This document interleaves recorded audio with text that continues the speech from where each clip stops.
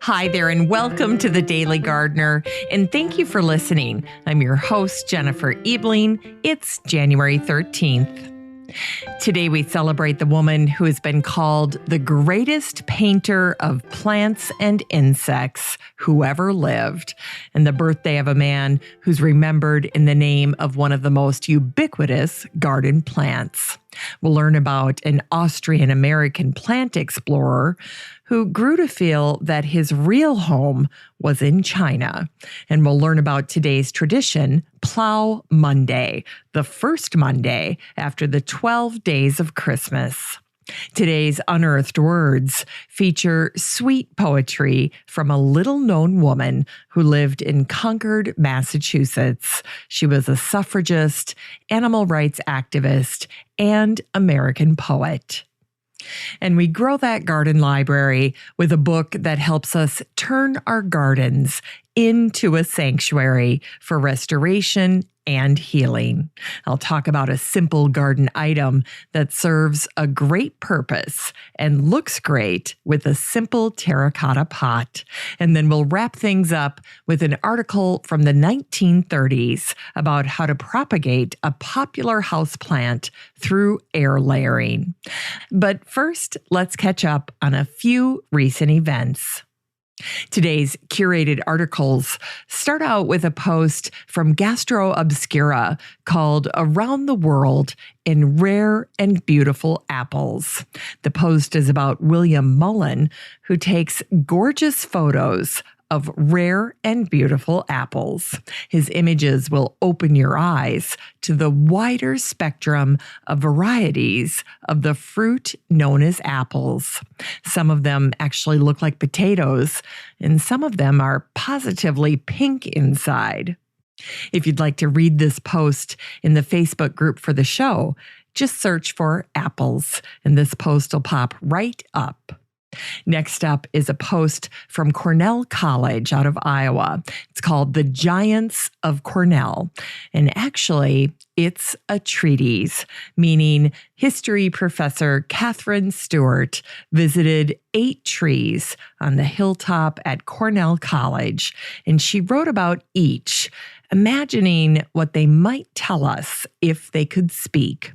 Her words appear next to the image of each tree. Catherine's post features the cottonwood, the redbud, the blue spruce, larches, magnolia, ginkgo, and white ash. And here's one of her entries. It's for the blue spruce.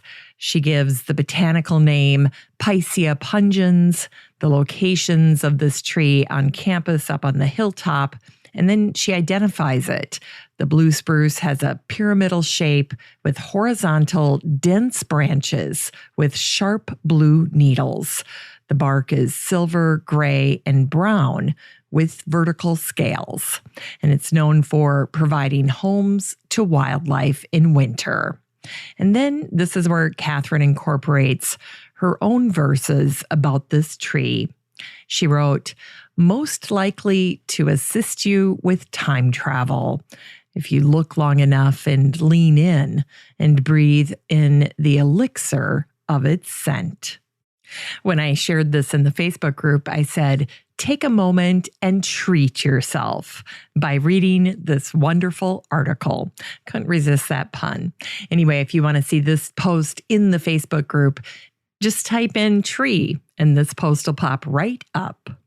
Now, if you'd like to check out these curated articles for yourself, you're in luck, because I share all of them with the listener community in the free Facebook group for the show, the Daily Gardener Community. So there's no need to take notes or track down links.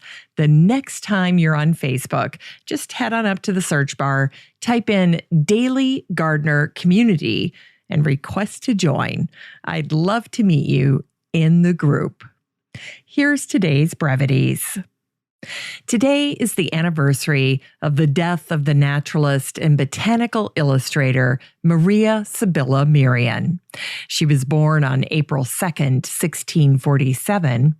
As a frame of reference, Isaac Newton was only a few years older than her. Unlike Newton, Merian's work was largely forgotten over time. But during the past century, her work has been rediscovered. In 2011, Janet Daly, a retired teacher and artist from Springfield, Illinois, became so captivated by Merian's life story that she started a Kickstarter campaign to follow Merian's footsteps to the mecca of her best work, Suriname, in South Africa. And in 2013, Merian's birthday was commemorated with a Google Doodle. Merian would have been delighted with our modern-day effort to plant milkweed for the monarchs. The concept that insects and plants are inextricably bound together was not lost on Merian. In her work, she carefully noted which caterpillars were specialists, the ones that only ate one kind of plant. You can relate to that concept. If your kid only wants to eat mac and cheese, hey, they aren't picky. They're specialists. For centuries, drawing like Merian's were a holy grail for plant identification. One look at Merian's work, and Linnaeus immediately knew it was brilliant. Merian helped classify nearly 100 different species long after she was gone from the earth. To this day, entomologists acknowledge that the accuracy in her art is so good that they can identify many of her butterflies and moths right down to the species level. Between 1716 and 1717, during the last year of her life, Merian was visited multiple times by her friend, the artist George Gazelle, and his friend, Peter the Great. Oh, to be a fly on the wall for that meetup. Gazelle ended up marrying Merian's youngest daughter, Dorothea Maria, and Peter the Great ended up with 256 of Merian's paintings. In fact, Peter the Great so loved her work that when Merian died shortly after his last visit, he quickly sent an agent to buy up every one of her remaining watercolors. The agent was on the case. He bought her entire collection of paintings and then promptly brought them all back to St. Petersburg, where they remain to this day. And today is the anniversary of the death of the Austrian botanist and physician Nicholas Thomas Haast, who died on this day in 1761. Haast was the physician to the Austrian emperor in Vienna. The genus Hosta was named for Haast by the Austrian botanist Leopold Tratenick in 1812. Hostas were brought to Europe by the Dutch nurseryman Philip Franz von Siebold. He had visited Japan and brought specimens back to his Leiden nursery. This is why Hosta Sieboldana is a famous prefix to so many hosta varieties. Hostas are dependable and tough. They are undemanding, herbaceous perennials that give us lush greenery in shady spots. Hostas belong to the Asparaceae family, along with asparagus, agave, lily of the valley, sansevieria, yucca, and hyacinth. The common name for hosta is plantain lilies. They used to belong to the lily family. Nicholas Haast died in 1834. And today is the birthday of the renowned Austrian-American botanist and explorer Joseph Rock, who was born on this day in 1884. Joseph was born in Austria, but he ended up immigrating to the United States and eventually settled in Hawaii, where he was beloved. Joseph became Hawaii's first official botanist. He started teaching as a professor of botany at the University of Hawaii in 1911. He also served as a botanist for the Hawaiian Territorial Board of Agriculture. He served in these capacities during his first 13 years in Hawaii, and then he got about the business of exploring China, which was his primary passion. He left Honolulu in 1920, and he always said that he considered China to be his real home, where he said, life is not governed by the ticking of a clock, but by the movement of celestial bodies. Joseph spent much of his adult life, more than 20 years, in southwestern China. There were many instances where he was the first explorer to enter many of the locations he visited. Joseph became so embedded in the country that there were many times that his counterparts in other parts of the world thought he might have died in the Tibetan or Yunnan mountains. After World War II, Joseph had to be evacuated by plane from the Yunnan province. Joseph recounted many hair-raising stories from his time in China. One time, he'd collected plants along the base of Mount Ganga in China's Tibetan border region. Mount Ganga is known as the King of Sichuan Mountains. One spring, Joseph had great luck collecting around the base of Mount Ganga. When he returned in the fall, Joseph asked the tribal king for permission to go as far as the foot of the peak.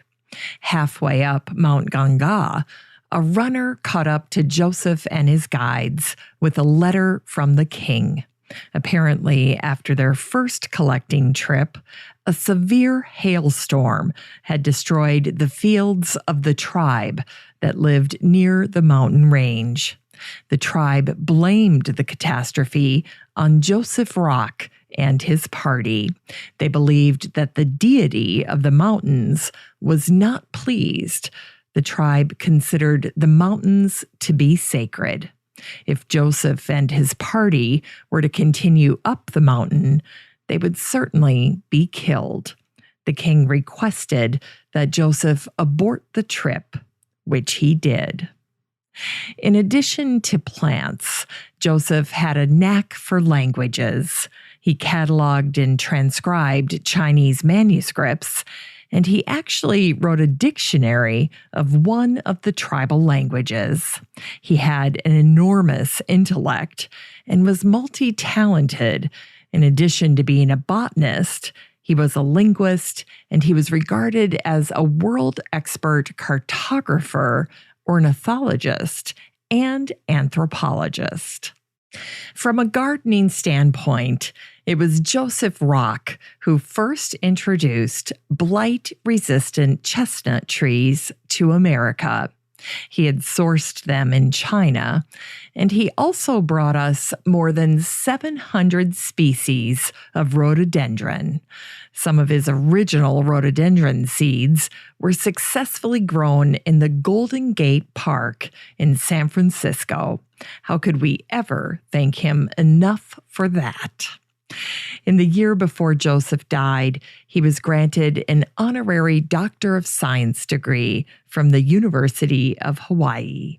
He died at the age of 79.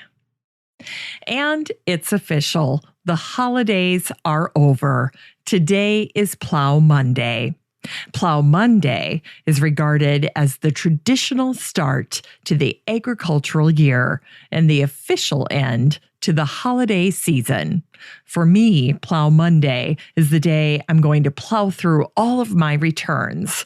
But seriously, Plow Monday is always the first Monday after the 12th night of Christmas, and it represented men's work. For centuries, Plow Monday represented the day that agricultural workers returned to the fields after resting over the Christmas season. On Plow Monday, farmers would bring their plows to church so that they could be blessed. Nice tradition.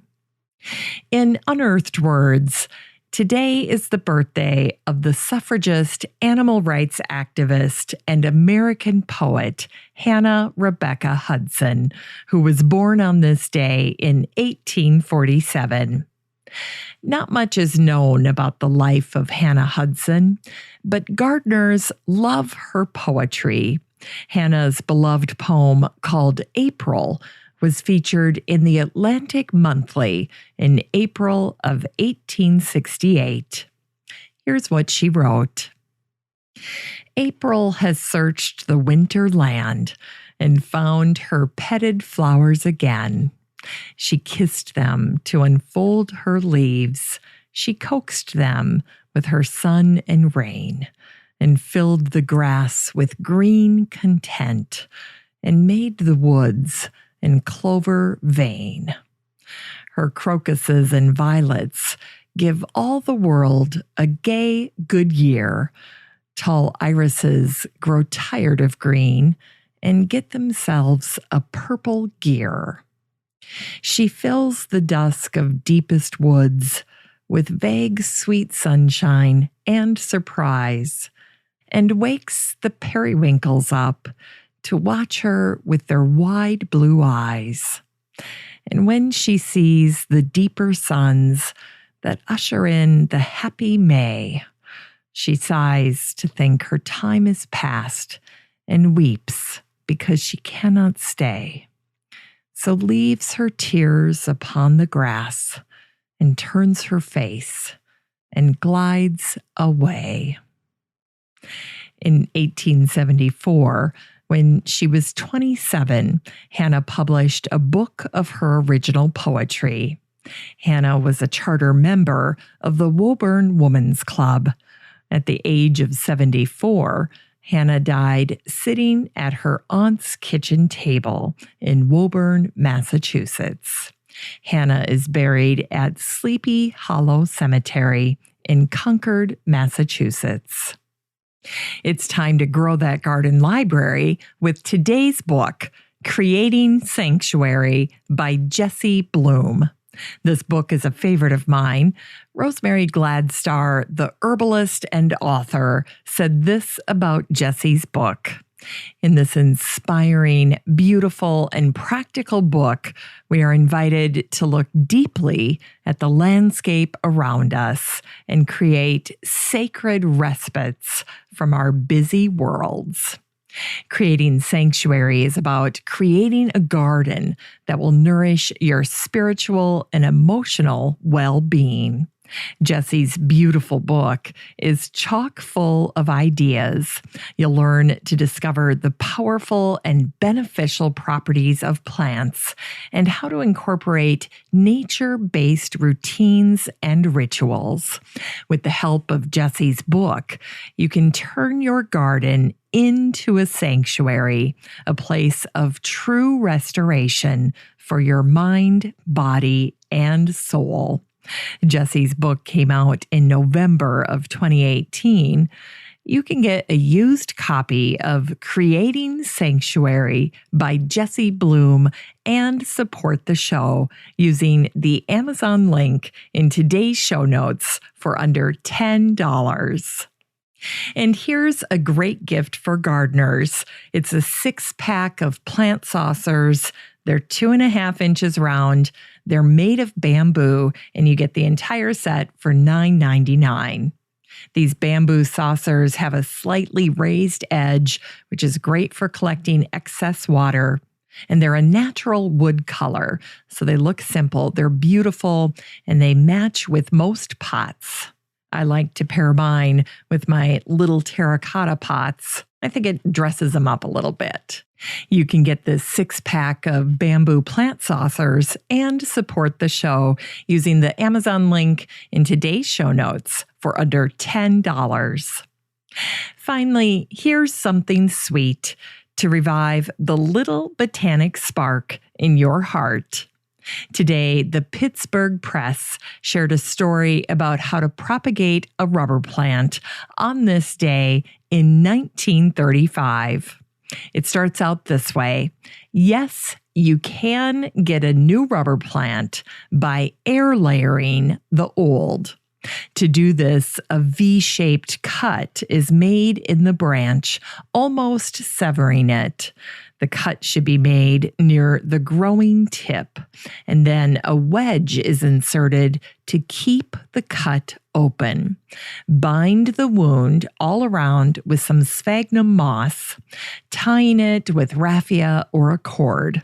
Keep this bandage quite moist, never allowing it to dry out, and keep the plant in a warm place. In a month or 6 weeks, small white roots will appear. Then the new plant can be cut from the parent and planted in a pot of its own without removing the moss bandage. The place where it's cut from the large plant may be rubbed with a little dry sulfur, and it will quickly heal. The young plant in a 5 or 6 inch pot should be kept shaded for a week. Then it can be brought into the light and watered. January to May is the time of year most seasonable for this work, but it may be done with varying success year-round. It's a great post from way back in 1935. Rubber plants, Ficus elastica, are popular ornamental houseplants from the Ficus genus. For gardeners looking for a tree-type plant species with attractive large foliage, the rubber plant is an excellent choice. It's also a great low-light specimen. So if you have a place in your home that just doesn't have great light, the rubber plant can be the perfect selection for that spot. Water your rubber plant at least once a week and clean the leaves monthly. Thanks for listening to The Daily Gardener, and remember, for a happy, healthy life, garden every day. The Daily Gardener is produced weekdays in lovely Maple Grove, Minnesota. You can find complete show notes over at thedailygardener.org, and be sure to share the show with your garden friends. You can find The Daily Gardener on all your favorite social media, Instagram, Twitter, and Pinterest, and of course, Facebook. While you're over at Facebook, don't forget to join the Daily Gardener community. Just search for these 3 words, Daily Gardener Community. The group will pop right up, and then request to join. Finally, I want to thank my team at Podfly Productions, where my fabulous editor is Eric Begay. Have a great day in the garden, and we'll see you tomorrow.